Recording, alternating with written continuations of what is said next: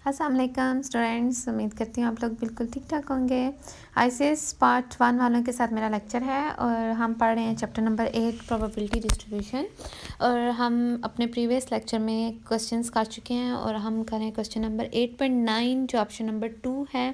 इसका option number 1 हम अपने लेक्चर नंबर 1 में कर चुके हैं। तो let X be the random variable with probability distribution. हमारे पास एक्स और पी एफ एक्स और हमने फाइंड करना मीन एंड वेरिएंस। आपको ऑलरेडी मैंने फार्मूले लिखवा दिए थे मीन के और वेरिएंस के। तो ये हमारे पास होता है sum of x p F x जो प्रोबेबिलिटी फंक्शन होता है। और गिवन क्वेश्चन के अंदर होता है हमारे पास एक्स और पी एफ एक्स गिवन होता है। ठीक है, आपको एक्स भी दिया होता है और पी एफ एक्स मतलब प्रोबेबिलिटी फंक्शन भी गिवन होता है। अब हमने फाइंड करना है मीन और वेरिएंस। ये फार्मूले आपको आते ही होंगे और आप लोगों ने इसको याद कर लेना है। अगेन रिपीट करती हूँ मैं कि जो वेरिएंस का होता है वो sum of x square p F x और माइनस जो मीन जो हम फाइंड करते हैं उसका होल स्क्वायर होता है। और x और पी एफ एक्स हमारे पास गिवन होता है। हमने x की वैल्यू लिखी, पी एफ एक्स की वैल्यू कॉलम वाइज में लिख दी। x और पी एफ एक्स को हमने मल्टीप्लाई करना है और फिर x का स्क्वायर लेके देन हमने पी एफ एक्स के साथ मल्टीप्लाई करना है। ठीक है, x की वैल्यू पी एफ एक्स और हमने एक्स स्क्वायर और इसका कॉलम बना लिया है। पी एफ एक्स जो हमारे पास गिवन वैल्यू थी x और पी एफ एक्स को मल्टीप्लाई किया, फिर x का स्क्वायर लेके पी एफ एक्स के साथ हमने मल्टीप्लाई किया। ये आपने कॉलम्स ऐसे बना लेने हैं, 4 कॉलम्स हमारे बन जाएंगे। फिर लास्ट में हमने उनका सम कर लेना है, समेशन फाइंड करना है। और x और पी एफ एक्स का समेशन है और x square p F x का समेशन है। अब मीन हमारे पास sum of x p F x होता है जो कि हमें पता है कि 0.55 है।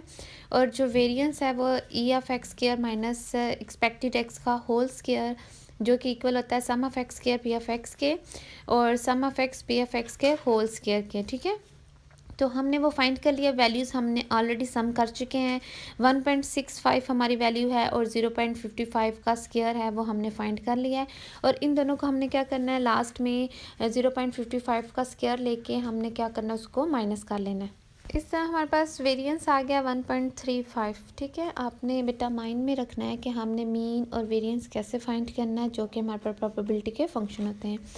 अब क्वेश्चन नंबर 8.9 का इसी के ऑप्शन नंबर 2 का जो बी पार्ट है वो हमारे पास गिवन है। ये आप अगर अपने प्रीवियस लेक्चर में जो हमने क्वेश्चन किए थे सेम ऐसे ही है कि y is equal to 2x + 1 और प्रोबेबिलिटी डिस्ट्रीब्यूशन हमने फाइंड करना है। तो y का एक चीज़ आपको बेटा मैं याद करवा दूं, पी एफ एक्स हो या पी एफ वाई हो कोई डिफरेंस नहीं होता, सेम होते हैं।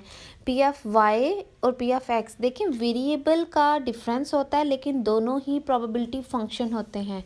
ठीक है, अब इस क्वेश्चन के अंदर वो कह रहे हैं कि आपका प्रोबेबिलिटी वाई है तो हमने x की जगह y लेना है। अब जो y है वो किसके इक्वल है, 2x + 1। तो हमने x की वैल्यू को पुट किया और ये कॉलम हमारे पास y का आ जाएगा और y को पी एफ वाई से मल्टीप्लाई करना है और y का स्क्वायर पी एफ वाई। बेटा जो आपका पी एफ एक्स था वही आपका पी एफ वाई होगा, इसमें आपने परेशान नहीं होना कि कौन सा। हमने उसी तरह मीन और वेरिएंस फाइंड करना जैसे हमने अपने प्रीवियस क्वेश्चंस में किया है। ठीक है, कोई मुश्किल नहीं है, वैसे ही हमने करना है जैसे ये वाले क्वेश्चन है। क्वेश्चन नंबर 8.14 ये क्वेश्चन और क्वेश्चन नंबर 8.21 ये दोनों क्वेश्चन बेटा आपकी असाइनमेंट है, ये आप लोगों ने करने हैं।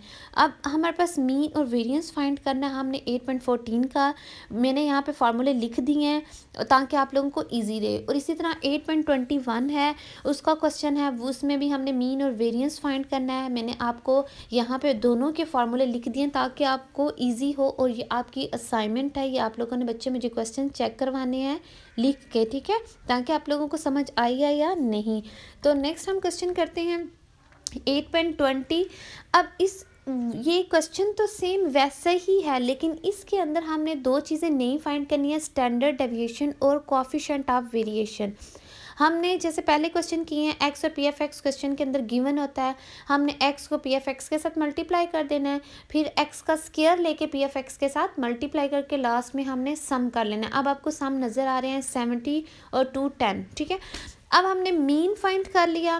मीन हमारे पास 70/36 जो एक्सपेक्टेड एक्स होता है वो मीन होता है और 1.94।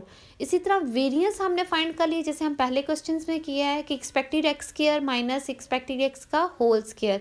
तो ये हमने फार्मूले जो ऊपर हमने फाइंड किए हैं वो हमने यहाँ पे लिख लिए हैं, कोई मुश्किल नहीं है, यहाँ तक आपको ईजी है। अब जो नई चीज़ फाइंड करनी है वो फाइंड करनी है हमने स्टैंडर्ड डेविएशन।